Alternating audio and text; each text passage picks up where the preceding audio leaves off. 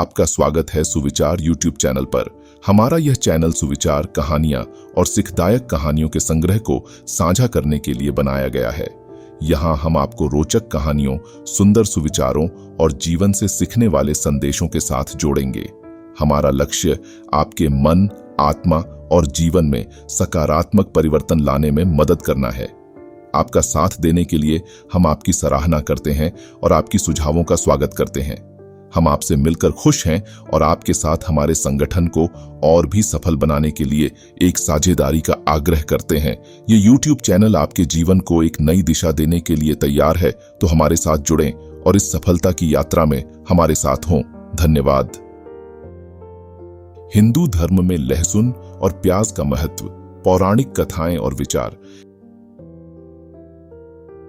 आपने अपने आसपास लोगों को यह कहते हुए तो जरूर सुना होगा कि नवरात्रि उपवास में या धार्मिक क्रियाओं में लहसुन और प्याज का उपयोग वर्जित है। हम में से की लोग इस कथन का पालन भी अवश्य करते होंगे। आखिर ऐसा क्यों है? लहसुन और प्याज को धार्मिक क्रियाओं, पूजा पाठ आदि में उपयोग करना वर्जित माना गया है। ऐसा क्या कारण है कि इतनी उपयोगी चीज जो प्राकृतिक ने ही हमें प्रदान की है और जिसमें हमारे शरीर के लिए बहुत ही आवश्यक तत्व पाए जाते हैं, जो हमारे शरीर को कई भयंकर जानलेवा बीमारियों से भी बचाते हैं और खाना बनाने में इस्तेमाल करने की सलाह भी दी जाती है। जब प्रकृति ने किसी भी चीज को यूं ही नहीं बनाया है, तो फिर क्यों हिंदू धर्म में इसका सेवन करना वर्जित है? आखिर इस परहेज की असली वजह क्या है? चलिए आगे हम आपको बताएंगे। आखिर क्यों इसे हिंदू धार्मिक क्रियाओं में वर्जित माना गया है? प्याज और लहसुन से जुड़ी पौराणिक कथा। हिंदू धर्म शास्त्रों के अनुसार जब समुद्र मंथन चल रहा था, तब उसमें से जो अमृत निकलता है, उसे भगवान विष्णु मोहिनी रूप धारण कर देवताओं को अमृत बांटते हैं। तब एक असुर, जिसका नाम राहु होता है, वह रूप बदलकर देवताओं की श्रेणी में आकर बैठ जाता है और तभी गलती से उसे भी भगवान विष्णु अमृत पिला देते हैं। परंतु भगवान विष्णु को उसी क्षण पता चल जाता है। उसी क्षण विष्णु भगवान अपने सुदर्शन चक्र से उसका गला काट देते हैं। परंतु जब तक अमृत की कुछ बूंदें असुर के मुंह तक जा चुकी होती है, लेकिन गले से नीचे नहीं उतर पाती और शरीर में अमृत नहीं पहुंच पाने के कारण शरीर वही नष्ट हो गया, परंतु सर अमर हो गया। जब भगवान विष्णु उस असुर का सर काट देते हैं, तब खून की कुछ बूंदें अमृत के साथ मिल नीचे जमीन पर गिरती है, जिसके कारण उस स्थान पर प्याज और लहसुन की उत्पत्ति होती है। जो कि प्याज और लहसुन अमृत की बूंदों के साथ मिलकर बना है, इसलिए इनमें भयंकर रोगों से लड़ने के गुण मौजूद होते हैं।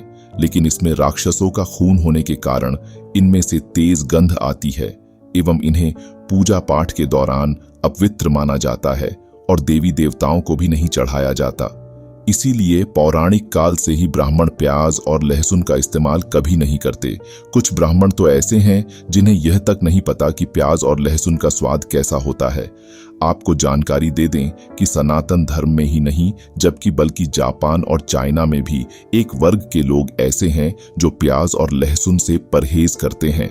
आयुर्वेद एवं शास्त्रों के अनुसार हमें जो भी भोजन खाना चाहिए वह सात्विक होना चाहिए, क्योंकि भोजन का हमारे जीवन में बहुत बड़ा महत्व होता है।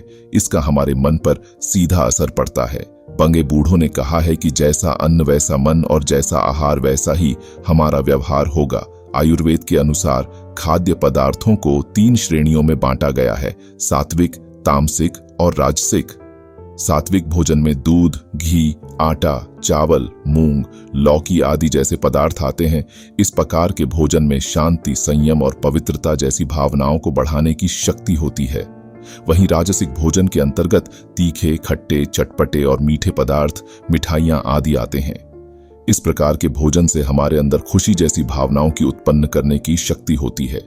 जबकि तामसिक भोजन के अंतर्गत लहसुन, प्याज, मांस, मछली और अंडे जैसे खाद्य पदार्थ शामिल होते हैं। इस प्रकार के भोजन क्रोध, जुनून, उत्तेजना, अहंकार, विनाश जैसी भावनाओं को उत्पन्न करते हैं। लहसुन और प्याज को आयुर्वेद में तामसिक भोजन में रखा गया है। प्याज और लहसुन इंसान के शरीर में जुनून, उत्तेजना, अज्ञानता और क्रोध आदि जैसी भावनाओं को उत्पन्न करता है, जो इंसान को धार्मिक क्रियाओं को करने से मन को भटकाती रहती है। इसीलिए वेदों के हिसाब से भी प्याज और लहसुन तामसिक भोजन है और तामसिक भोजन भगवान की पूजा, धार्मिक क्रियाओं आदि में उपयोग नहीं किए जाते।